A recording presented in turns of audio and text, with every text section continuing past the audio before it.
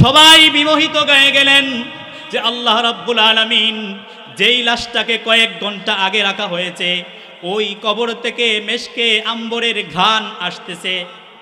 যেই কবরের বাঁশটাকে খোলা হলো, আল্লাহর রাসূল বলেন আমার সেই উম্মতের জন্য লাহু আজরানে, তার জন্য রয়েছে দুইটি পুরস্কার। সবাই বলেন সুবহানাল্লাহ।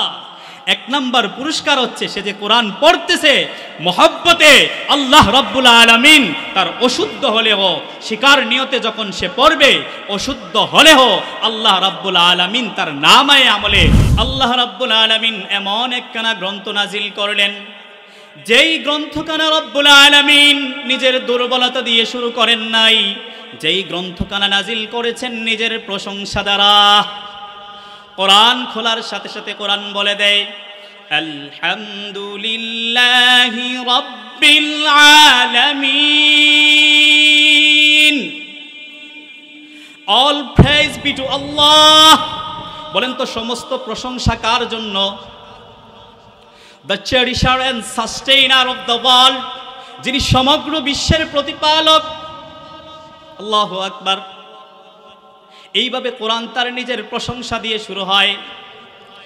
আর রহমানির রহিম,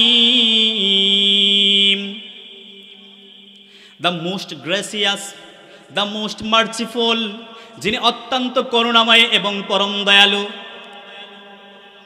মালিকি ইয়াউমিদ্দিন,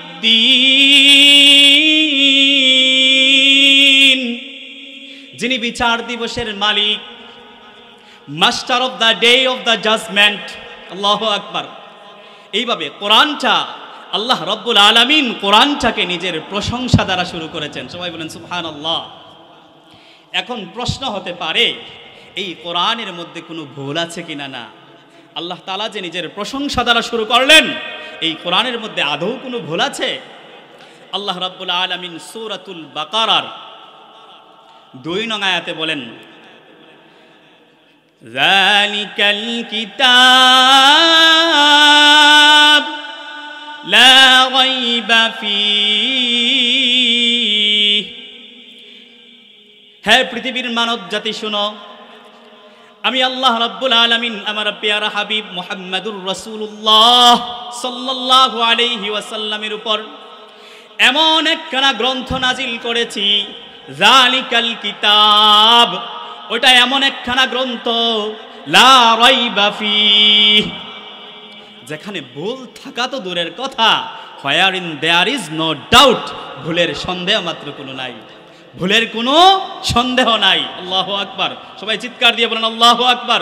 এটা এমন একখানা গ্রন্থ যেই দুনিয়ার এটা কোনো সাধারণ গ্রন্থ নয়। এই গ্রন্থখানা হচ্ছে একটা চ্যালেঞ্জিং গ্রন্থ। বিশ্ববাসীর কাছে এই গ্রন্থ হচ্ছে একটা চ্যালেঞ্জিং গ্রন্থ। যারা এই কোরআনকে আল্লাহর গ্রন্থ মনে করে না, যারা কোরআনের উপর সন্দেহ পোষণ করে, যারা কোরআনকে অস্বীকার করে, বলে যে এটা আল্লাহ রাব্বুল আলামিনের গ্রন্থ না, এটা মুহাম্মদ সাল্লাল্লাহু আলাইহি ওয়াসাল্লামের রচিত গ্রন্থ, আল্লাহ রাব্বুল আলামিন তাদেরকে চ্যালেঞ্জ ছুড়ে দিয়েছেন।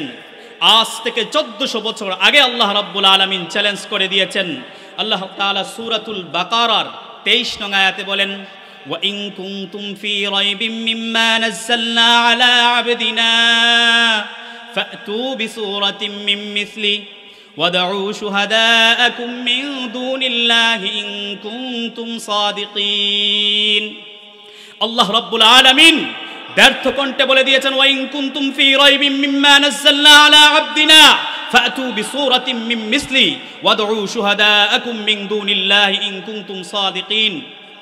আই আইয়ুহাল কাফিরুনাল মুআনিদুন ফি শাক্কিন মিনাল কুরআন الذي نزلنا على عبدنا محمد صلى الله عليه وسلم وتزعمون أنه ليس من عند الله فهاتوا سورة تماثل سورة واستعينوا بمن تقدرون عليه من أعوانكم وإن كنتم صادقين في دعواكم।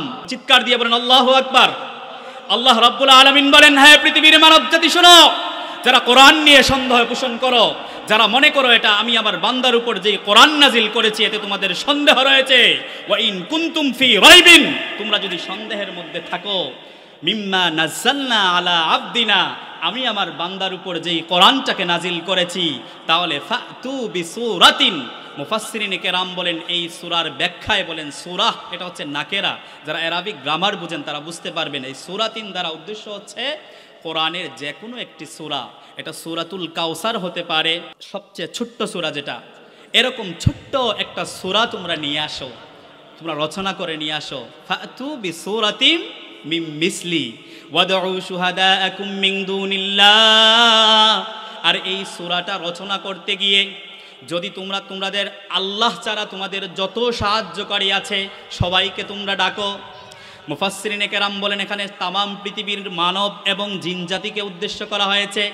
জিন জাতিকে বলা হয়েছে যে তামাম পৃথিবীর মানব জাতি এবং জিন জাতিকে নিয়ে যদি তোমরা সক্ষম হও আল্লাহ ছাড়া, তাহলে তার অনুরূপ একটা ছোরা তোমরা নিয়ে আসো, রচনা করে নিয়ে আসো। ইন কুনতুম সাদিকিন, যদি তোমরা তোমাদের দাবির ব্যাপারে যে এটা আল্লাহর কোরআন নয়, তোমরা যে দাবি করো এটার ব্যাপারে যদি তোমরা সত্যবাদী হও, তাহলে এরকম একটা সূরা তোমরা রচনা করে নিয়ে আসো। আল্লাহু আকবার। আজ 1400 বছর অতিবাহিত হয়ে গেছে, কিন্তু এই কোরআনের চ্যালেঞ্জের সাথে মোকাবেলা করার ক্ষমতা আজ পর্যন্ত পৃথিবীর কেউ দুঃসাহস প্রদর্শন করতে পারে নাই। আল্লাহু আকবার। এটা হচ্ছে কোরআনের সবচেয়ে বড় মুজিজা। এটা যে সত্য গ্রন্থ, এই সত্য গ্রন্থের সবচেয়ে বড় প্রমাণ হচ্ছে এটা। আল্লাহু আকবার। একটা ঘটনা মনে পড়ে গেল, ওই যুগের সাবেয়ে মুআল্লাকার সবচেয়ে বড় কবি ছিলেন লাবিদ ইবনে রবিআ, যিনি পরবর্তীতে ইসলাম গ্রহণ করেছেন। তিনি এই কথা বলতে বাধ্য হয়েছেন, হাদা লাইসা মিন কালামিল বাশার, এটা কোনো মানব রচিত গ্রন্থ নয়, এটা কোনো মানব রচিত কথা নয়, এটার সাথে মোকাবেলা করা পৃথিবীর কোনো মানুষের পক্ষে সম্ভব না। আল্লাহু আকবার। একটা ঘটনা মনে পড়ে গেল, 1980 সালে ফরাসি সার্জন ডক্টর মরিস বুকাইলি, নামটা মনে রাখবেন, ডক্টর মরিস বুকাইলি, উনি ছিলেন একজন ডাক্তার সার্জন। তো উনি 1980 সালে মক্কাতে একটা এডুকেশনাল কনফারেন্স হয়েছিল, ওই কনফারেন্সে উনি গিয়ে উপস্থিত হলেন। ওইখানে আরবের বিভিন্ন শায়েখরা ছিলেন, তাদের সাথে উনি পরিচিত হলেন। তো আরবি শায়েখরা বললেন যে আমাদের ধর্মীয় গ্রন্থ এমন একটা গ্রন্থ যেই গ্রন্থের মধ্যে কোনো ভুল নাই, যেই গ্রন্থের মধ্যে আজ পর্যন্ত কেউ কোনো ভুল ধরতে পারে নাই। তো ডক্টর মরিস বুকাইলি উনি বিভিন্ন ধর্মীয় গ্রন্থ পড়েছেন এর আগে, তো উনি অবহেলা করে বললেন, পৃথিবীর অনেক ধর্মগ্রন্থ পড়েছি, সব গ্রন্থের মধ্যেই 2-4টা ভুল আছে। এমনকি আমি খ্রিস্ট ধর্মের অনুসারী, আমার বাইবেল আমি পড়ে দেখাচ্ছি, বাইবেলের মধ্যেও 2-4টা অনেক ভুল আছে, অনেক জায়গায় গুজামিল দিয়ে বোঝানো হয়েছে। তো ডক্টর মরিস বুকাইলি মনে মনে সংকল্প করলেন যে মুসলমান শায়েখরা যে বলল কোরআনের কোনো ভুল নাই, ইনশাআল্লাহ আমি কোরআনের ভুল ধরে তাদেরকে দেখিয়ে ছাড়ব। উনি মনে মনে এটা বললেন, চিন্তা করলেন। তখন তিনি ফ্রান্স চলে আসলেন। ফ্রান্স চলে আসার পর যখন কোরআনটা খুললেন, খোলার পরে দেখলেন বিসমিল্লাহির রহমানির রহিম, এটা হচ্ছে আরবি ভাষায়। এখন উনি চিন্তা করলেন যে কোরআনের যদি ভুল ধরতে হয় তাহলে অবশ্যই আরবি ভাষা শিখতে হবে, আরবি ভাষা শেখা ছাড়া তো কোরআনের ভুল ধরা সম্ভব না। এবার মক্কা সৌদি যে মন্ত্রণালয় আছে, ওই মন্ত্রণালয়ে তিনি ফোন দিলেন। তিনি যেহেতু একজন ইন্টারন্যাশনাল স্কলার, তো তাদেরকে উনি অনুরোধ জানালেন যে আমি প্রতি বছর সামার ভ্যাকেশনে 2 মাস ছুটি পাই, তখন আমার হলিডে থাকে, ওই হলিডেতে আমি কোরআন এবং আরবি ভাষা শিখতে চাই, আমাকে কি আপনারা সুযোগ দিবেন? সৌদি মন্ত্রণালয় মনে করলো মনে হয় ডক্টর মরিস বুকাইলি কোরআনের প্রতি অ্যাট্রাকটিভ হয়েছেন, এজন্য মনে হয় আরবি ভাষা শিখতে চাচ্ছেন। আসলে কি কোরআনের প্রতি অ্যাট্রাকটিভ হয়ে না কোরআনের ভুল ধরার জন্য? কোরআনের ভুল ধরার জন্য। তারা তো আসল বিষয় জানে না, তারা অনুমতি দিয়ে দিল, ওনাকে অ্যাকসেপশন দিয়ে দিল, পারমিট দিল। দেওয়ার পরে প্রতি বছর সামার ভ্যাকেশনে প্রতি 2 মাস উনি মক্কায় গিয়ে তিনি কোরআনের ভাষা মানে আরবি ভাষা তিনি শিখতে লাগলেন। এবার ডক্টর মরিস বুকাইলি বলে, আমি কোরআনের নাহু শিখলাম, সরফ শিখলাম, কোরআনের ব্যাকরণের যত নিয়ম আছে, সূত্র আছে, সব আমি শিখলাম। কোরআনের যত ভোকাবুলারি আছে, যত শব্দ ভান্ডার আছে, আমি সব মুখস্থ করলাম। আমি মরিস বুকাইলি কোরআনকে ভুল ধরার জন্য 5 বছর গবেষণা চালালাম। আল্লাহু আকবার। ডক্টর মরিস বুকাইলির ভাষায় উনি একটা বই লিখেছেন, আপনারা মনে রাখবেন। বইটার নাম হচ্ছে the Bible, the Quran and science. বইটার নাম কি? The Bible, the Quran and science. বাংলাতে এটা হচ্ছে কোরআন, বাইবেল, কোরআন ও বিজ্ঞান। বাইবেল, কোরআন ও বিজ্ঞান। ইন্টারনেটে সার্চ দিলে ওটা পাবেন। অনেক সুন্দর বইটা। তো উনি এই বইয়ের মধ্যে উনি লিখেন যে আমি ডক্টর মরিস বুকাইলি 5 বছর গবেষণা করার পর যখন আমি কোরআন খুলে কোরআনের ভুল ধরা শুরু করতে লাগলাম, কোরআনটাকে পড়তে লাগলাম, আমি ডক্টর মরিস বুকাইলি সূরাতুল ফাতিহা থেকে সূরাতুন নাস পর্যন্ত পড়লাম। কিন্তু আমি বড় আশ্চর্যান্বিত হলাম। আমি মরিস বুকাইলি পৃথিবীর অনেক গ্রন্থ পড়েছি, অনেক বই পড়েছি। আমি কেমিস্ট্রির বই পড়েছি, কিন্তু সেখানে বায়োলজির কোনো তথ্য নেই।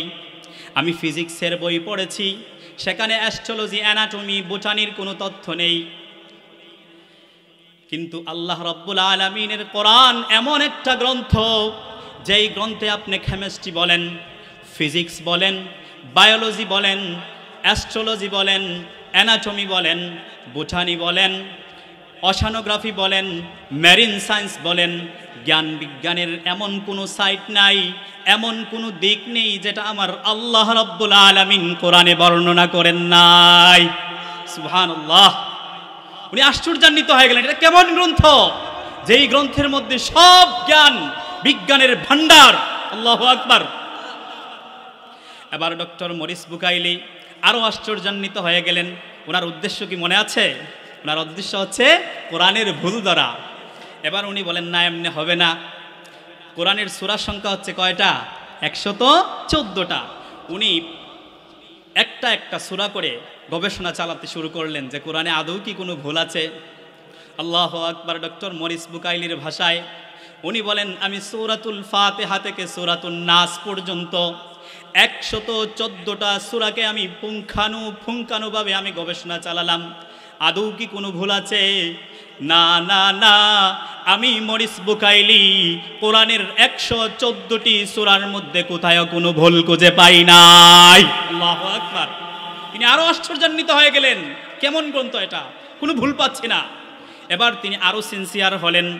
আরো সিনসিয়ার হয়ে তিনি বললেন, না তাহলে কোরআনের আয়াতগুলোর মধ্যে গবেষণা চালাতে হবে। এখানে কোনো গ্রামাটিক্যাল কোনো ভুল আছে কিনা না, কোনো সূত্রগত কোনো ভুল আছে কিনা না, শব্দগত কোনো ভুল আছে কিনা না। তিনি প্রতিটি আয়াতের গবেষণা চালালেন। মরিস বুকাইলি বলেন, আমি কোরআনের প্রতিটি আয়াতের মধ্যে গবেষণা চালিয়েও কোনো ভুল পাই নাই। এরপর ডক্টর মরিস বুকাইলি প্রতিটি কোরআনের শব্দের মধ্যে, প্রতিটি ওয়ার্ডের মধ্যে উনি তাহকিক করা শুরু করলেন, অ্যানালাইসিস করা শুরু করলেন, বিশ্লেষণ করা শুরু করলেন যে আসলেই কোনো ভুল আছে কিনা না। শেষ পর্যন্ত তিনি কোরআনের কোনো ভুল পান নাই।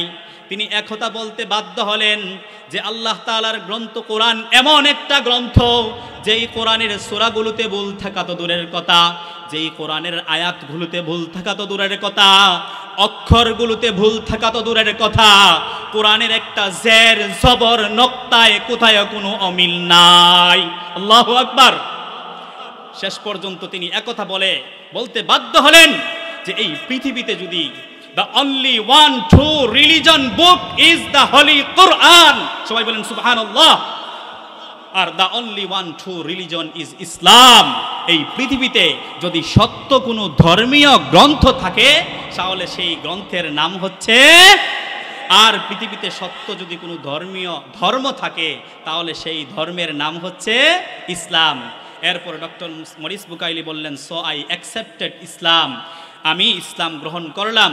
এই কোরআনের ভুল ধরতে এসে তিনি কোরআনের কাছে মাথা নত করে কালিমা পড়ে মুসলমান হতে বাধ্য হয়েছেন। সুবহানাল্লাহ। শুধু ডক্টর মরিস বুকাইলি নয়, ভারতের একজন ডক্টর ছিলেন ডক্টর শিবশক্তি স্বরূপ। তারপর পৃথিবীর হাজারো বিজ্ঞানী, হাজারো ডাক্তার, হাজারো ডক্টর, হাজারো লয়ার, সায়েন্টিস্ট এই কোরআনের ভুল ধরতে এসে কোরআনের কাছে মাথা নত করে বাধ্য হয়ে কালিমা পড়ে মুসলমান হয়ে গিয়েছেন। সুবহানাল্লাহ, আল্লাহু আকবার। এরপর ডক্টর মরিস বুকাইলি বলেন, 1983 সনে আমি যখন মুসলমান হয়ে গেলাম, আশ্চর্য হবেন যে কোরআন কেমন গ্রন্থ। 1983 সনে আমি মিশরের একটা কনফারেন্সে, আমি যেহেতু একজন ডাক্তার, এখানে তামাম পৃথিবীর সব ধর্মের ডাক্তারগণের একটা কনফারেন্স ছিল। কি ছিল? ডাক্তারগণের একটা কনফারেন্স ছিল। ওই কনফারেন্সে আমাকেও আমি ডক্টর মরিস বুকাইলিকেও ডাকা হলো। তো আমি গেলাম। যাওয়ার পর আমি যেহেতু ওই কোরআন নিয়ে গবেষণা করেছি, তো আমি পৃথিবীর সমস্ত বিজ্ঞানীকে একটা প্রশ্ন করলাম যে আমার ওই প্রশ্নের আপনারা উত্তর দেন। হিউম্যান ডেভেলপমেন্ট থিওরি, আপনাদেরকে আগে থিওরিটা আগে ভালো করে বুঝেন। হিউম্যান ডেভেলপ হচ্ছে মাতৃগর্ভে মানব শিশু কিভাবে বড় হয়, কিভাবে সে থাকে, এটাকে বলে হিউম্যান ডেভেলপমেন্ট থিওরি। তো বর্তমান আধুনিক বিজ্ঞান সেটাকে আবিষ্কার করেছে যে মাতৃগর্ভে একটা সন্তান ত্রিবিধ অন্ধকারে সে লালিত পালিত হয়। আল্লাহ রাব্বুল আলামিন তার কুদরতি মাধ্যমে এই ত্রিবিধ অন্ধকারে তাকে আল্লাহ তাআলা পর্যায়ক্রমে তাকে সৃষ্টি করে থাকেন। আল্লাহু আকবার। এটা বর্তমান সায়েন্স আবিষ্কার করেছে, এই আধুনিক বিজ্ঞান। এই ত্রিবিধ অন্ধকারটা কি? এক নাম্বার হচ্ছে মায়ের পেটের অন্ধকার, উদর যেটাকে বলি আমরা পেট, এই পেটের অন্ধকার। 2 নাম্বার হচ্ছে রেহেম, আরবিতে বলে রেহেম। 2 নাম্বার যেটাকে বাংলাতে বলে জরায়ু, এই জরায়ুর অন্ধকার। আমরা সবাই মাইন্ড করবেন না, সবাই আমরা একটা কোরআনের বিজ্ঞান বোঝার জন্য আমি বলতেছি, প্লিজ। 3 নাম্বার হচ্ছে ওই রেহেমের ভিতরে একটা প্লাসেন্ডা থাকে, যেটা সায়েন্টিফিক ভাষায়, মেডিকেল সায়েন্সের ভাষায় এটা হচ্ছে প্লাসেন্ডা, একটা কাবারের মতো একটা পকেট। আল্লাহু আকবার। মানব শিশুকে আল্লাহ রাব্বুল আলামিন ওই পকেটের মধ্যে, ওই পকেটের ভিতরে কিছু পানি ছিল, ওই পানির মধ্যে শূন্য অবস্থায় রব্বুল আলামিন আমাদেরকে লালন পালন করে আল্লাহ রাব্বুল আলামিন আমাদেরকে দুনিয়াতে পাঠিয়েছেন। আল্লাহু আকবার। আমাদের ওই নাভি দিয়ে মায়ের নাভির সাথে কানেকশন করে দিয়েছিলেন। এই নাভির মাধ্যমে আমরা খাবার গ্রহণ করেছি, যাতে মুখ দিয়ে আল্লাহ রাব্বুল আলামিন আমাদেরকে নাপাক পানি খাওয়ান নাই, যাতে দুনিয়াতে এসে আমরা আল্লাহ রাব্বুল আলামিনকে ডাকতে পারি, কোরআন যেন পড়তে পারি। এজন্য আমাদের সংযোগ ছিল নাভির সাথে। তো আমি ওইদিকে যাচ্ছি না। তো মানব শিশু ত্রিবিধ অন্ধকারে, একটা হচ্ছে পেটের অন্ধকার, আরেকটা হচ্ছে রেহেমের অন্ধকার, আরেকটা হচ্ছে প্লাসেন্ডা। এই 3টা অন্ধকারে মানব শিশু বড় হয়। এটা বর্তমান বিজ্ঞান এটা আবিষ্কার করেছে এবং এটা স্বীকার করে। তো আল্লাহ রাব্বুল আলামিন সূরাতুল জুমারের 6 নং আয়াত আপনারা খুলে দেখবেন। রব্বুল আলামিন বলেন, ইয়াখলুকুকুম ফি বুতুনি উম্মাহাতিকুম খালকান বা'দা খালকিন ফি যুলুমাতিন সালাস। হে পৃথিবীর মানব জাতি শোনো, আমি রব্বুল আলামিন তোমাদেরকে তোমাদের মাতৃগর্ভে ত্রিবিধ অন্ধকারের মধ্যে আমি আল্লাহ রব্বুল আলামিন পর্যায়ক্রমে তোমাদের সৃষ্টি করেছি। আল্লাহু আকবার। চিৎকার দিয়ে বলেন আল্লাহু আকবার। তো ডক্টর মরিস বুকাইলি বলে, আজ থেকে 1450 বছর আগে, যখন বিজ্ঞান এত আধুনিক ছিল না, যখন আলট্রা ছিল না, যখন কোনো টেকনোলজি এত উন্নত ছিল না, ওই অনুন্নত যুগে মক্কার একজন যুবক, যিনি জীবনে কোনো শিক্ষকের কাছে যান নাই, রাসূলুল্লাহ সাল্লাল্লাহু আলাইহি ওয়াসাল্লামের কোনো শিক্ষক ছিলেন না, যিনি জীবনে কোনো শিক্ষক গ্রহণ করেন নাই, এমন একজন যুবক এত সুন্দর হিউম্যান ডেভেলপমেন্ট থিওরি তিনি কিভাবে দিলেন? ও বিজ্ঞানীরা, ওনার ভাষায় বলতেছেন, ও বিজ্ঞানীরা, can you tell me from where did get Muhammad সাল্লাল্লাহু আলাইহি ওয়াসাল্লাম all this information that has corresponds the modern science? তিনি চিৎকার দিয়ে বললেন, হ্যাঁ বিজ্ঞানীরা, আজকে আমাকে এই উত্তর দিয়ে যাও যে মরুদুলাল মুহাম্মদ সাল্লাল্লাহু আলাইহি ওয়াসাল্লাম আজ থেকে 1400 বছর আগে, যখন সায়েন্স এত উন্নত ছিল না, টেকনোলজি এত উন্নত ছিল না, যখন আলট্রা ছিল না, ওই সময় হিউম্যান ডেভেলপের থিওরি, মাতৃগর্ভে যে ত্রিবিধ অন্ধকারে মানব শিশু লালিত পালিত হয়, এই থিওরি উনি কিভাবে দিলেন? কোন উত্তর আছে? বলতে পারবে কেউ? All of them silence. সমস্ত বিজ্ঞানীরা, সব ধর্মের বিজ্ঞানীরা চুপ, আশ্চর্যান্বিত হয়ে গেছে। এটার উত্তর কিভাবে দিবে? ডক্টর মরিস বুকাইলি বলে, I know you have no answer. আমি জানি এটার আনসার দেওয়ার ক্ষমতা তোমাদের নেই, but I have a answer. কিন্তু আমার উত্তর আছে। This book is not only the book. এই বইটা কোনো সাধারণ গ্রন্থ নয়। But also it's a divines book. এটা হচ্ছে একটা স্বর্গীয় book. It is revealed from Allah সুবহানাহু ওয়া তাআলা। এটা আল্লাহ রাব্বুল আলামিন তার পক্ষ থেকে মানব জাতির হেদায়েতের জন্য আল্লাহ তাআলা নাজিল করেছেন। সবাই আশ্চর্যান্বিত হয় মুসলমান ইমানদার, ওই কনফারেন্সের মধ্যে 17 জন ডাক্তার বিজ্ঞানীরা সাথে সাথে কালিমা পড়ে মুসলমান হয়ে গিয়েছে। সুবহানাল্লাহ, কোরআনের কি মুজিজা! এরকম বিজ্ঞান কোরআনের মধ্যে আল্লাহ রাব্বুল আলামিন এত বিজ্ঞান রেখেছেন, আমি যদি সারা রাতও বলতে থাকি তারপরে আল্লাহর কোরআনে এত বিজ্ঞান আল্লাহ রেখেছেন, এত বিজ্ঞানের তথ্য আল্লাহ রেখেছেন, শেষ করা সম্ভব না। সুবহানাল্লাহি ওয়া বিহামদিহি সুবহানাল্লাহিল আযীম। যদি সুযোগ হয় তাহলে বিজ্ঞানের কয়েকটি তথ্য আপনাদেরকে দিয়ে যাব ইনশাআল্লাহ। এবার ডক্টর মরিস বুকাইলি বলেন যে আমি এই কোরআন গবেষণা করার পর আমি একথা বলতে বাধ্য হচ্ছি যে এই কোরআনে আল্লাহ রাব্বুল আলামিন এই পরিমাণ বিজ্ঞানের থিওরি দিয়েছেন যা বর্তমান আধুনিক বিজ্ঞানের সাথে একটা থিওরিরও কোনো অমিল নেই। একটা থিওরির সাথেও আধুনিক বিজ্ঞান সাংঘর্ষিক হতে পারে নাই। সবটি আধুনিক বিজ্ঞানের সাথে মিল আছে। যদি কোনো মানুষ এই কোরআনকে গ্রহণ করে, এই কোরআনটা হবে বিজ্ঞানীদের জন্য একটা বৈজ্ঞানিক একাডেমি। যদি কোনো মানুষ এটাকে অভিধান হিসাবে গ্রহণ করে তাহলে এটা হবে অভিধান বেত্তাদের জন্য একটা অভিধান।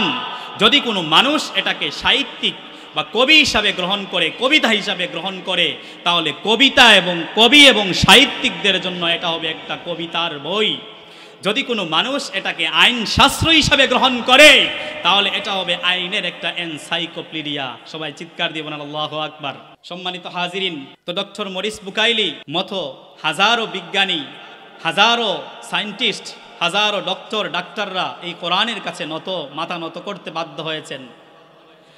তো আল্লাহর কোরআন এমন একটা গ্রন্থ, যেই গ্রন্থটা শুধু বৈজ্ঞানিক ব্যাখ্যাই দেয় নাই, যেই গ্রন্থটা আল্লাহ রাব্বুল আলামিন নাজিল করেছেন মানব জাতির হেদায়েতের জন্য। আল্লাহ রাব্বুল আলামিন মানব জাতির হেদায়েতের জন্য এমন একটা গ্রন্থ নাজিল করলেন যেই গ্রন্থটা ধরলেও সওয়াব, যেই গ্রন্থটা পড়লেও সওয়াব, যেই গ্রন্থটাকে যদি কেউ মহব্বত করে তাহলেও সে সওয়াব পায়। আল্লাহু আকবার।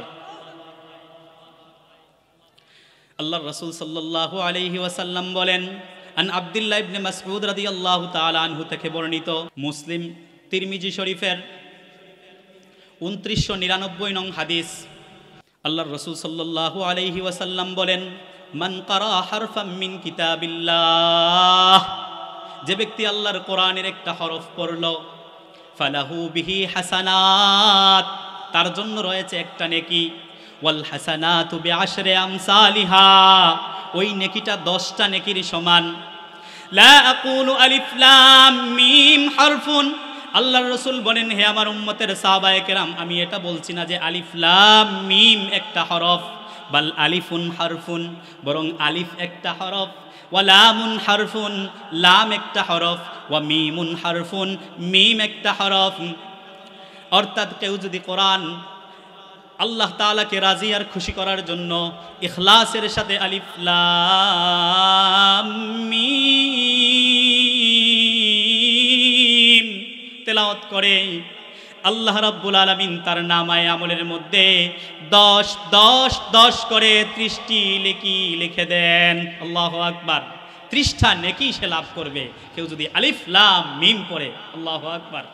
শুধু তাই নয় মুসলমান ইমানদার, এই কোরআন এমন একটা গ্রন্থ,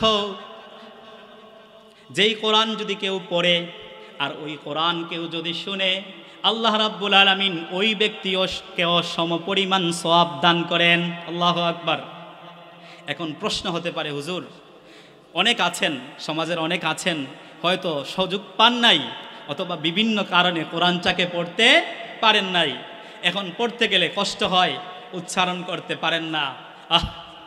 উম্মতের দরদি নবী মুহাম্মদুর রাসূলুল্লাহ সাল্লাল্লাহু আলাইহি ওয়াসাল্লাম বলেন, আমার যেই সমস্ত উম্মতেরা কোরআনটাকে পড়তে পারে না, কোরআনটা পড়তে গেলে বড় কষ্ট হয়, মুখের মধ্যে বাজে, বড় কষ্ট হয়, বিরক্তি বোধ করে, সবার সামনে শুদ্ধভাবে তিলাওয়াত করতে পারে না, কিন্তু তার মনে বড় আশঙ্কা, ওই মাদ্রাসার হাফেজ ছেলেরা অনেক সুন্দর করে কোরআনটাকে পড়ে, আমারও মন চায় সুন্দর করে কোরআন পড়ার, কিন্তু অ্যাজ এ মুসলিম হিসাবে আমার বলতে বড় লজ্জা লাগে, আমি যে কোরআন পড়তে পারি না, এই ছাত্রগুলোর সাথে আমি কিভাবে কোরআন পড়ব, আমার লজ্জা লাগে। মুসলমান ভাইরারে আমার, আল্লাহর রাসূল সাল্লাল্লাহু আলাইহি ওয়াসাল্লাম আপনাদেরকেও নিরাশ করেন নাই। মুসলিম শরীফের হাদিস, হাদিস নাম্বার হচ্ছে 798। আল্লাহর রাসূল সাল্লাল্লাহু আলাইহি ওয়াসাল্লাম বলেন, আল মাহিরু বিল কুরআনি মা'আস সাফারাতিল কিরামিল বারারা ওয়াল্লাযী ইয়াকরাউল কুরআন ওয়া ইয়াতাতা'তাউ ফীহি ওয়া হুয়া আলাইহি শাক্কুন লাহু আজরানে। আল্লাহর রাসূল সাল্লাল্লাহু আলাইহি ওয়াসাল্লাম বলেন, এই গাজীপুর জামিয়াতুল ইসলামিয়া মাদ্রাসায় যারা পড়ে কোরআনের হাফেজ হবে, কোরআনের আলেম হবে, কোরআনটাকে ভালো করে বুঝবে, কোরআনের মাহির হবে, মাহির মানে পারদর্শী স্কলার, আল্লাহ রাব্বুল আলামিন কাল কিয়ামতের ময়দানে তাদের অবস্থান করবেন আল মাহিরু বিল কুরআনি মা'আস সাফারাতিল কিরামিল বারারা, অর্থাৎ নেতৃস্থানীয় ফেরেশতাদের সাথে তাদের অবস্থান হবে। আল্লাহ তাআলার নেতৃস্থানীয় যে ফেরেশতা আছেন তাদের সাথে তারা বসবে। এরপরে রাসূল করিম সাল্লাল্লাহু আলাইহি ওয়াসাল্লাম বলেন, আমার যে সমস্ত উম্মতেরা ওয়াল্লাযী ইয়াকরাউল কুরআন, কোরআনটা পড়ে, ওয়া ইয়াতাতা'তাহু ফীহি, কিন্তু কোরআন পড়তে গিয়ে মুখের মধ্যে বাজে, উচ্চারণ করতে পারে না, কষ্ট হয়, ওয়া হুয়া আলাইহি শাক্কুন, তার কষ্ট হয়। আল্লাহর রাসূল বলেন, আমার সেই উম্মতের জন্য লাহু আজরানে, তার জন্য রয়েছে দুইটি পুরস্কার। সবাই বলেন সুবহানাল্লাহ। এক নাম্বার পুরস্কার হচ্ছে সে যে কোরআন পড়তেছে মহব্বতে, আল্লাহ রাব্বুল আলামিন তার অশুদ্ধ হলেও শিকার নিয়তে যখন সে পড়বে, অশুদ্ধ হলেও আল্লাহ রাব্বুল আলামিন তার নামায়ে আমলে কোরআন পড়ার সওয়াব দান করবেন। সবাই বলেন সুবহানাল্লাহ। শুধু তাই নয়, কোরআন পড়তে গিয়ে তার যে কষ্ট হয়েছে, ওই কষ্টের জন্য আল্লাহ রাব্বুল আলামিন তাকে আরেকটি সওয়াব দান করবেন। সবাই বলেন সুবহানাল্লাহ। তাহলে যারা পড়তে পারেন না, আজ থেকে কোরআন পড়ার জন্য চেষ্টা করবেন তো ইনশাআল্লাহ। মুসলমান এই কোরআন পড়ার জন্য চেষ্টা করে, কোরআন শিখতে গিয়ে চেষ্টা করে যদি আপনি কবরেও চলে যান, ইনশাআল্লাহ আল্লাহ রাব্বুল আলামিন আপনাকে এই কোরআনের খাতিরে আল্লাহ তাআলা আপনাকে জান্নাতুল ফিরদাউসে আলা নসিব করবেন। আল্লাহুম্মা আমিন। আমরা সবাই বিশ্বাস করতে পারি না ইনশাআল্লাহ? আমি একটা ছোট্ট উদাহরণ দেই। এই যে এত দামি একটা সোফা, হতে পারে এটা সেগুন কাঠের বা আকাশী বা মেহগনি, এরকম যে কোনো কাঠের হতে পারে, অনেক দামি কাঠ অবশ্যই। এই যে আমার পা লাগতেছে, আমি কি এটাকে কিস করতেছি? আমি কি কোনো বিরক্তবোধ করতেছি? লজ্জা পাচ্ছি? না, পাচ্ছি না। আমি এত দামি কাপড় পরেছি, আপনারা দামি কাপড় পরেছেন, যদি পা লেগে যায় এই কাপড়ের সাথে, কোনোদিন আপনি বিরক্তবোধ করেন? না, করেন না। এটাকে মুখে নিয়ে কি কিস করেন? চুমু দেন? আমার কাপড়টা পায়ে লেগে গেছে, করেন এরকম? না। আল্লাহু আকবার। এত দামি কাপড়, 500 টাকা 1000 টাকা গজ দিয়ে আপনি বানিয়েছেন, এই গাজীপুরের শ্রেষ্ঠ মার্কেট থেকে আপনি কিনেছেন, নামি দামি ব্র্যান্ডের, ঠিক আছে, কিন্তু এটা পায়ে লাগলে ওটাকে কি করতে হয় না, কোনো বিরক্তবোধ করেন না। কিন্তু আল্লাহ রাব্বুল আলামিনের কোরআনের টাচে যখন একটা কাপড় এসে যায়, ওই কাপড়টা টেইলারের ঘরের ছোট ছোট কাপড়ের টুকরা, আমি গ্রাম অঞ্চলে দেখেছি, ওই কাপড়ের টুকরা দিয়ে একটা বস্তনি বানানো হয়, মানে কোরআনের কাবার। বাই চান্স হঠাৎ করে যদি কোরআন খুলতে গিয়ে ওই কাপড়টা পায়ের উপর পড়ে যায়, হঠাৎ করে যদি ওই কাপড়টা পড়ে যায়, আপনারা কি করেন? এই নরমাল সস্তা একটা কাপড়কে আপনি উঠিয়ে কিস করেন। হায় রে, কোরআনেরও সম্মান হয়ে গেল, কোরআনের কভারটা মাটিতে পড়ে গেল, পায়ে পড়ে গেল, সাথে সাথে কিস করেন। মুসলমান ইমানদার ভালো করে বলেন তো, এই কাপড়ের সম্মানটা বাড়িয়ে দিয়েছে কে? একটা ছোট্ট কাপড় যার কোনো সম্মান ছিল না, কিন্তু কোরআনের টাচে আসার কারণে আল্লাহ রাব্বুল আলামিন ওই কোরআনের টাচে আসার কারণে ওই কাপড়ের সম্মানটা বাড়িয়ে দিলেন। আমি দেখেছি গ্রামে আগে কাঠ দিয়ে রেয়াল বানানো হতো, এখন প্লাস্টিক হয়েছে। বিভিন্ন মান্দার গাছের কাঠ, নর্মাল গাছের কাঠ দিয়ে যখন রেহাল বানানো হয়, অনেক সময় কোরআন ধরতে গিয়ে হাত থেকে পড়ে যায়, পড়ার সাথে সাথে ওই কোরআনের রেহালটাকে আমরা উঠাই, আমরা কিস করি, চুমু দেই। বলেন তো কেন কিস করি? কোরআনের খাতিরে, যেটার সাথে কোরআনের টাচ লেগেছে। দামি সোফার মধ্যে পা লাগলেও আপনি চুমু দেন না, কিস করেন না, কিন্তু কোরআনের সম্মানে সস্তা গাছের কাঠ দিয়েও যদি কোরআনের রেহাল বানানো হয়, ওই কোরআনটাকে আপনি হাতে নিয়ে বুকু নিয়ে চুমু দেন কোরআনের সম্মানার্থে। মুসলমান ভাইরা রে আমার, এই কোরআনের টাচে যারা আসবেন, এই কোরআনকে যারা মোহব্বত করবেন, এই কোরআনওয়ালাদের সাথে যারা থাকবেন, ইনশাআল্লাহ আল্লাহ রাব্বুল আলামিন আপনাদের সম্মানও আল্লাহ রাব্বুল আলামিন বাড়িয়ে দিবেন। আল্লাহু আকবার। একটা ঘটনা মনে পড়ে গেল। খুতুবাতে জুলফিকার, যে খুতুবাতটা লিখেছেন আল্লামা নকশবন্দি রাহিমাহুল্লাহু তাআলা আনহু, তো জুলফিকার নকশবন্দি রাহিমাহুল্লাহু তাআলা আনহু, খুতুবাতে জুলফিকার, খুতুবাত মানে জুমার খুতবাগুলো, ওই খুতুবাতের মধ্যে তিনি একটি ঘটনা নিয়ে আসছেন, অনেক সুন্দর একটি ঘটনা, যে কোরআনের টাচে থাকলে মানুষ যে কত সম্মানিত হয়, আল্লাহ রাব্বুল আলামিন যে মানুষদেরকে কিভাবে সম্মান দেন, আল্লাহু আকবার। তিনি বলেন, করাচিতে একজন পুলিশ অফিসার ছিলেন, যিনি পেশায় ছিলেন একজন পুলিশ অফিসার, কিন্তু তিনি ছিলেন একজন হাফেজে কোরআন। আমাদের ডিফেন্স ফোর্সে অনেক হাফেজে কোরআন আছেন আলহামদুলিল্লাহ, পুলিশে অনেক ভাই আছেন হাফেজ, আছেন না আপনাদের গাজীপুরে অনেক আছেন। তো উনি হাফেজে কোরআন, আবার পুলিশ অফিসার। তো উনি ওই খুতবাতে জুলফিকারের মধ্যে লিখেছেন, ওই হাফিজে কোরআন একদিন তার অফিসের কাজ শেষ করে তিনি সাইকেলে আরোহণ করে বাসা যাচ্ছিলেন। যাওয়ার পথে এরকম অজপাড়া একটা গায়ের রাস্তা দিয়ে উনি যাচ্ছিলেন।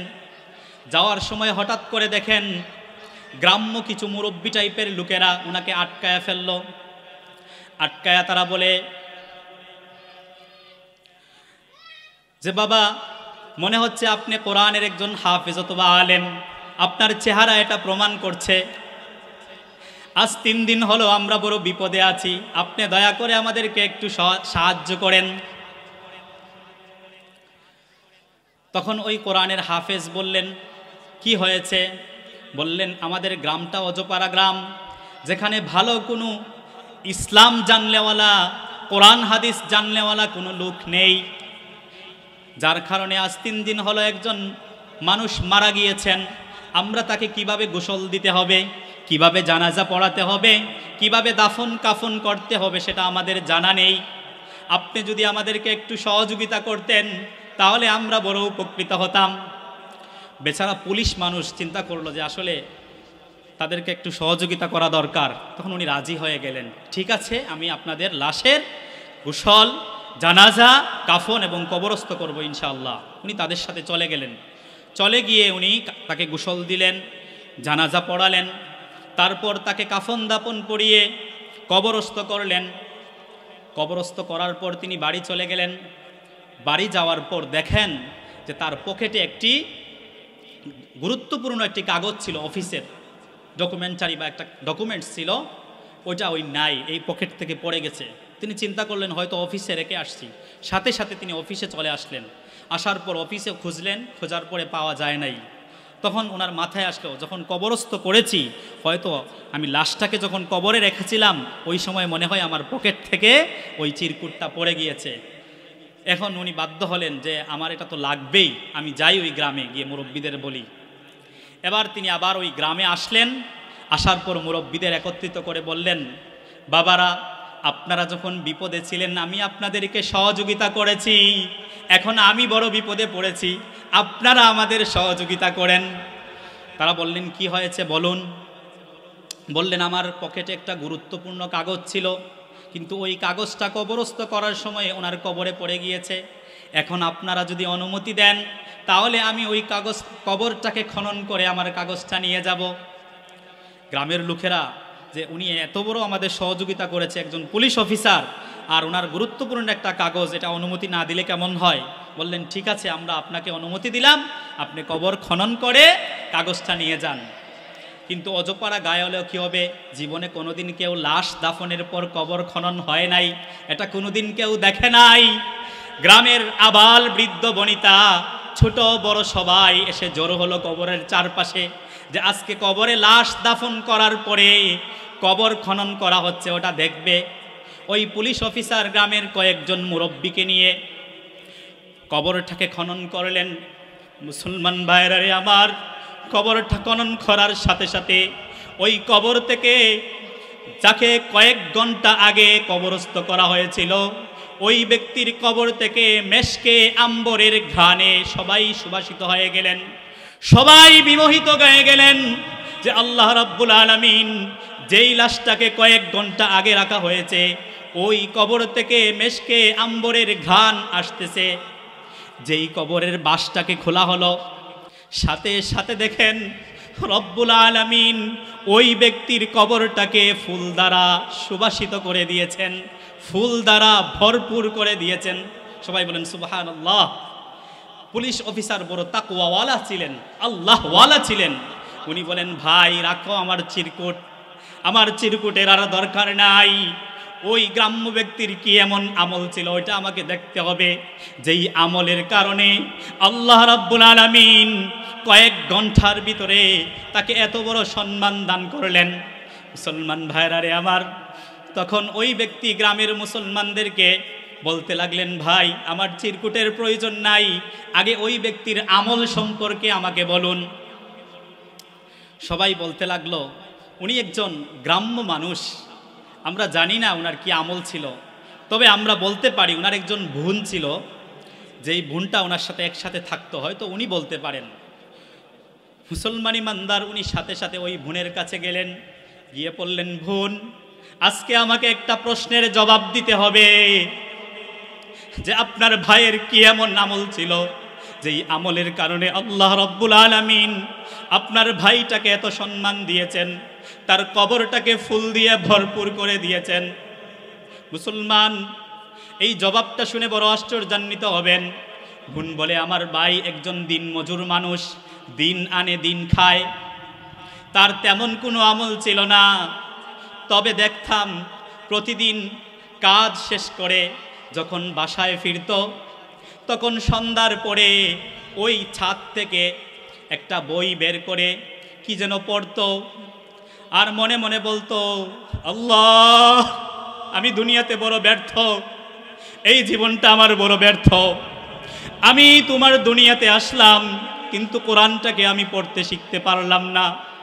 ওগো মাবুদ আপনি আমাকে এর জন্য পাকড়াও করবেন না। ওগো আল্লাহ তবে আমি বিশ্বাস করি আপনি আপনার কোরআনের মধ্যে যা লিখেছেন সব সত্য লিখেছেন, কোরআনের মধ্যে যা বলেছেন সব সত্য বলেছেন, কোরআনে যা নাজিল করেছেন সব সত্য নাজিল করেছেন। আর উনি চোখ কাঁদতেন আর মুখ দিয়ে বলতেন, আর এরকম আঙুল দিয়ে উনি কোরআনের প্রতিটা হরফকে ধরে ধরে বলতেন খুদা জো কাহতা হে ও সচ হে, খুদা জো কাহতা হে ও সচ হে, খুদা জো কাহতা হে ও সচ হে। এভাবে তিনি কাঁদতেন আর চোখ দিয়ে পানি ঝরঝর করে ওনার বুকটা ভিজত। এটা ছিল ওনার দৈনন্দিন আমল। মুসলমান ভাইরা রে আমার, এবার ওই হাফিজে কোরআন পুলিশ অফিসার বুঝতে পারলেন যে ওই ব্যক্তি আর কোনো কারণে নয়, আল্লাহর এই কোরআনটাকে মহব্বত করার কারণে, আল্লাহর এই কোরআনটাকে প্রতিদিন এরকম চর্চা করার কারণে মহান রব্বুল আলামিন তাকে এত বড় নিয়ামত দান করেছেন। আল্লাহু আকবার, সুবহানাল্লাহি ওয়া বিহামদিহি, সুবহানাল্লাহিল আযীম। তো সম্মানিত হাজিরিন, আমি আপনাদের কাছে উদাত্ত আহ্বান জানাবো যে গাজীপুর জামিয়াতুল ইসলামিয়া গাজীপুর মাদ্রাসা বা আরও যত মাদ্রাসা আছে আপনাদের ফেভারে, এগুলো হচ্ছে আপনাদের জন্য নিয়ামত। আপনি আপনার ছেলেটাকে ডাক্তার বানান, সমস্যা নেই। আপনার ছেলেটাকে আপনি বিজ্ঞানী বানান, সমস্যা নেই। আপনার ছেলেটাকে আপনি লয়ার বানান, কোনো সমস্যা নেই। কিন্তু আমার দরখাস্ত থাকবে, from my heart I requested you sincerely, যে প্রথমে ইনশাআল্লাহ আপনারা সর্বপ্রথম আপনার শিশুটাকে আপনি প্রথমে ওই গাজীপুর আল ইসলামিয়া মাদ্রাসায় অ্যাডমিট করে দেবেন। যে বাবা আগে তুমি কোরআন শিখো, আগে তুমি কোরআন মুখস্থ করো, কোরআনের জ্ঞান আগে শিখো, তারপর তুমি লয়ার হবে, সায়েন্টিস্ট হবে, বিজ্ঞানী হবে, যা হও সমস্যা নেই, আগে তোমাকে কোরআনের জ্ঞান শিখতে হবে। কারণ তুমি মুসলিম, আর as a Muslim from your responsibility, তোমার দায়িত্ব হচ্ছে তোমাকে আগে কোরআনটাকে আত্মস্থ করা। তাহলে অন্তত পক্ষে কাল কিয়ামতের ময়দানে ওই কোরআনওয়ালা ছেলে আপনার জন্য নাজাতের উসিলা হয়ে যাবে। আপনারা দিবেন তো ইনশাআল্লাহ। এরপর সে 5 বছর কোরআনটা ভালো করে আত্মস্থ করার পর, কোরআনের মাসআলা মাসাইল জ্ঞান শিক্ষা করার পর, এবার আপনি আপনার পছন্দ মতো ভালো প্রতিষ্ঠানে নিয়ে গিয়ে আপনার পছন্দ মতো ছেলেকে মেয়েকে আপনি পড়ান। তাহলে দেখবেন যখন আপনি বৃদ্ধ বয়সে উপনীত হবেন, সে যখন এই মাদ্রাসা থেকে পড়বে, ওয়ালা তাকুল্লাহুমা উফফি ওয়ালা তানহারহুমা ওয়াকুল্লাহুমা কাওলান কারীমা, এরকম আল্লাহ কোরআনের মধ্যে যখন বলছেন ওয়া কাদা রাব্বুকা আল্লা তা'বুদু ইল্লা ইয়াহু ওয়া বিল ওয়ালিদাইনি ইহসানা। গাজীপুর আল ইসলামিয়া মাদ্রাসায় এসে যখন সেই আয়াতের অর্থ বুঝবে, যখন সেই আয়াতটা পড়বে যে আমি আল্লাহ রাব্বুল আলামিন তোমাদের জন্য ফয়সালা করে দিলাম, প্রথম তোমরা আল্লাহ ছাড়া আর কারো ইবাদত করবে না, আল্লাহ তা'বুদু ইল্লা ইয়া ওয়া বিল ওয়ালিদাইনি ইহসানা। আর এরপরে মানব জাতি আমি তোমাদের জন্য ফরজ করে দিলাম তোমার পিতামাতার সাথে ভালো আচরণ করা। বিররুল ওয়ালিদাইন মানে পিতামাতার সাথে ভালো আচরণ করতে হবে, পিতামাতার কথা শুনতে হবে। এরকম যখন সে পড়বে, আল্লাহর কসম করে বলি ওই কোরআনের জ্ঞান থাকার কারণে ওই ছেলেটা আপনি বৃদ্ধ বয়সে উপনীত হলে সে আপনাকে বৃদ্ধাশ্রমে পাঠাবে না। সে বলবে আমি গাজীপুর মাদ্রাসায় পড়েছি। পিতামাতা যখন বৃদ্ধ বয়সে উপনীত হয় তখন এই পিতামাতা অসহায় হয়ে যায়, তখন বরঞ্চ আপনি মারা যাওয়ার পর সে পড়বে রব্বির হামহুমা কামা রব্বায়ানি সগীরা। হে রব্বুল আলামিন, আমার পিতামাতা যেরকম ছোট বয়সে আমাকে লালন পালন করেছে, ঠিক তদ্রূপভাবে আপনি তাদেরকেও সেই কবর দেশে আপনার হাওলা করে দিলাম, তাদের সাথেও আপনি ভালো ব্যবহার করুন, তাদেরকে আপনি জান্নাত দান করুন। মুসলমান ইমানদার, গত কয়েকদিন আগে ফেসবুকের মধ্যে একটা স্ট্যাটাস দেখলাম, বেশি দূর না, আপনাদের ঢাকার জাহাঙ্গীরনগর, কতটুকু দূর হবে এখান থেকে? 15 থেকে 20 কিলো বা 30 কিলো, সাপোজ 50 কিলো হতে পারে, এতটুকু। এই জাহাঙ্গীরনগর বিশ্ববিদ্যালয়ের একজন প্রফেসর, যিনি সর্বোচ্চ বিদ্যাপীঠ বিশ্ববিদ্যালয় ইউনিভার্সিটিতে যিনি পড়ান, অধ্যাপক হয়েছেন। অধ্যাপক হওয়ার পর ওনার 2 ছেলে 1 মেয়ে। মাইন্ড করবেন, আমি নাম বলছি না, নাম বললে হয়তো এটা প্রকাশ হবে। তো উনি বলতেছেন আমার 2 ছেলে 1 মেয়ে, আমি আমার জীবনটা শেষ করেছি আমার ছেলে মেয়ের পিছনে। আমি শেষ করে আমার এক ছেলেকে পড়িয়েছি আমেরিকাতে, আরেক ছেলে ডিগ্রি নিয়েছে অস্ট্রেলিয়াতে, মেয়েও এরকম কানাডা অথবা লন্ডন এরকম ইউরোপের একটি কান্ট্রিতে আছে। কিন্তু বড় দুঃখের বিষয়, আমি যেই ছেলেকে পেনশনের 26 লাখ টাকা দিয়ে অস্ট্রেলিয়াতে তাকে আমি পিএইচডি ডিগ্রি অর্জন করার সুযোগ করে দিয়েছি, সে গ্রাজুয়েশন কমপ্লিট করেছে, ওই ছেলে আসছে ঢাকাতে মিরপুরে বিয়ে করবে।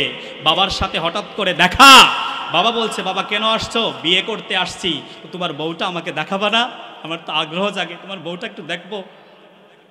বলছে না বাবা, দেখা যাবে না, কারণ আমার বউয়ের কাছে তোমাকে যদি নিয়ে যাই ও তোমাকে ভালো চোখে দেখবে না। বাবাকে নিজের বউ দেখাতে সে লজ্জা পাচ্ছে।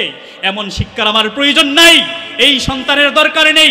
কোরআনের শিক্ষায় শিক্ষিত করুন, দেখবেন আপনার ছেলে আপনাকে দুনিয়াতেই জান্নাতের সুখ দিয়ে দিবে ইনশাআল্লাহ। অস্ট্রেলিয়াতে ছোটটা, বড়টা আমেরিকাতে সেট আপ হয়েছে। সে ওই বাবার যত সম্পত্তি ছিল সব সম্পত্তি সে জাল করে বিক্রি করে সব নিয়ে গেছে। তো চিন্তা করেন, এই ছেলে মেয়ের কোনো দরকার আছে? ওরা তো সর্বোচ্চ বিশ্ববিদ্যালয় থেকে প্রতিষ্ঠিত হয়েছে। তার মানে এরকম আমি বিশ্ববিদ্যালয়ের বিরুদ্ধে না, আমিও চট্টগ্রাম বিশ্ববিদ্যালয়ের একজন ছাত্র, আলেম মানুষ, আমিও বিশ্ববিদ্যালয়ে পড়েছি। আমার মূল মেসেজ এবং থিমটা হলো যে আপনারা আগে কোরআনের শিক্ষায় শিক্ষিত করুন, তারপরে আপনারা ডক্টর, ডাক্তার, সায়েন্টিস্ট সব বানান, সমস্যা নেই।